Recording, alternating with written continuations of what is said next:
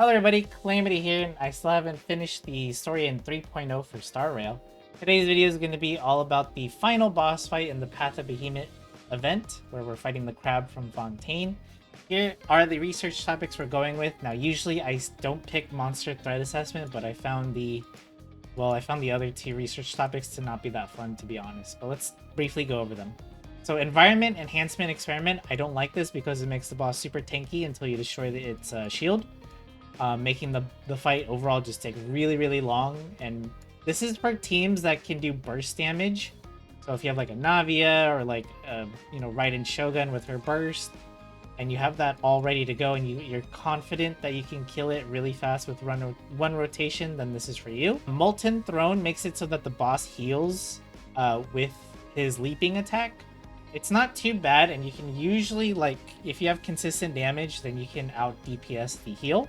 So that's why I picked Molten Throne, but pick whichever one you feel like is better for you. And then this one is making the attacks just do a lot more damage. I brought a shielder this time around. If you are going to do the threat assessment, shield highly recommended because this boss is going to hit pretty hard.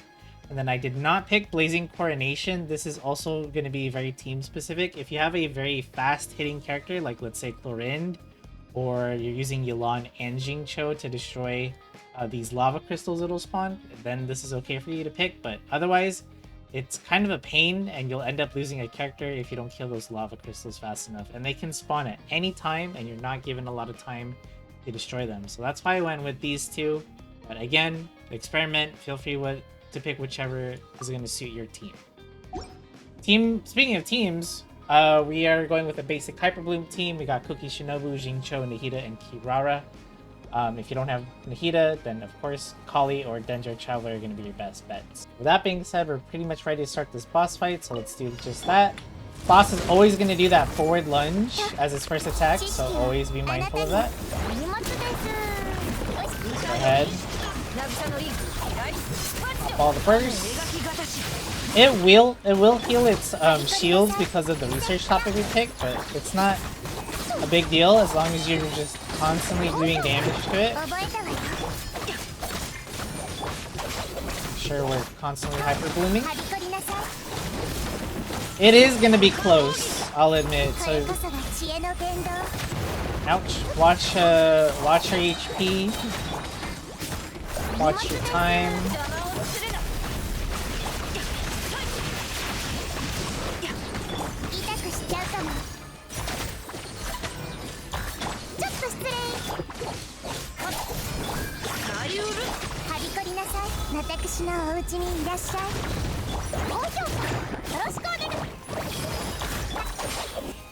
There we go.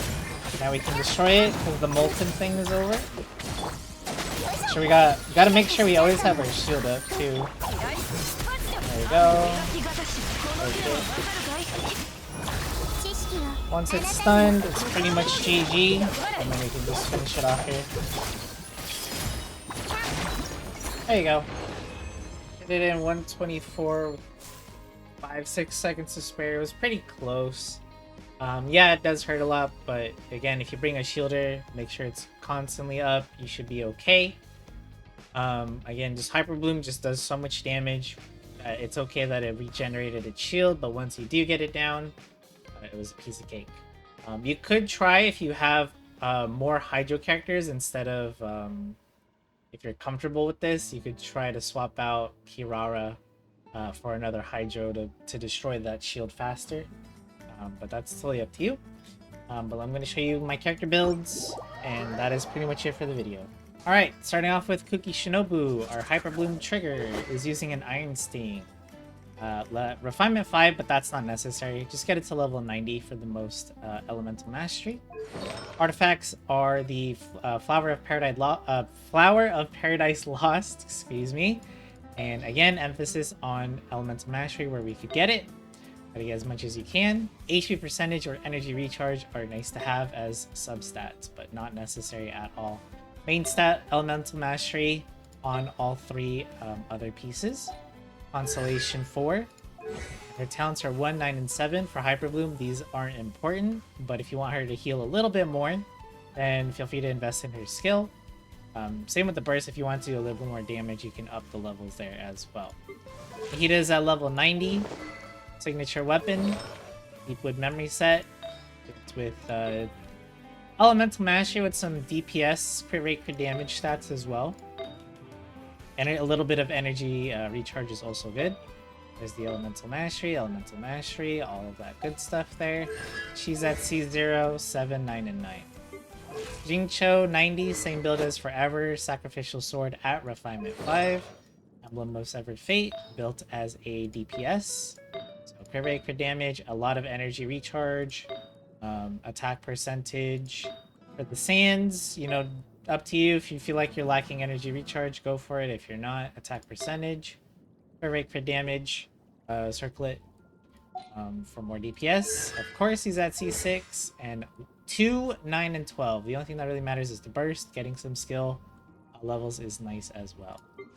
Last but not least, Kirara, Livonia's sword at only refinement 1. But she also has 2-piece Vorakasha Glow, 2-piece Tenacity of the Millith. This is just to give her the most HP possible. And that's literally it. And then a little bit of crit rate as well, just to give her more procs with Livonia's sword. But HP is the main stat for everything. She's only at C2, and she's at 1, 9, and 8.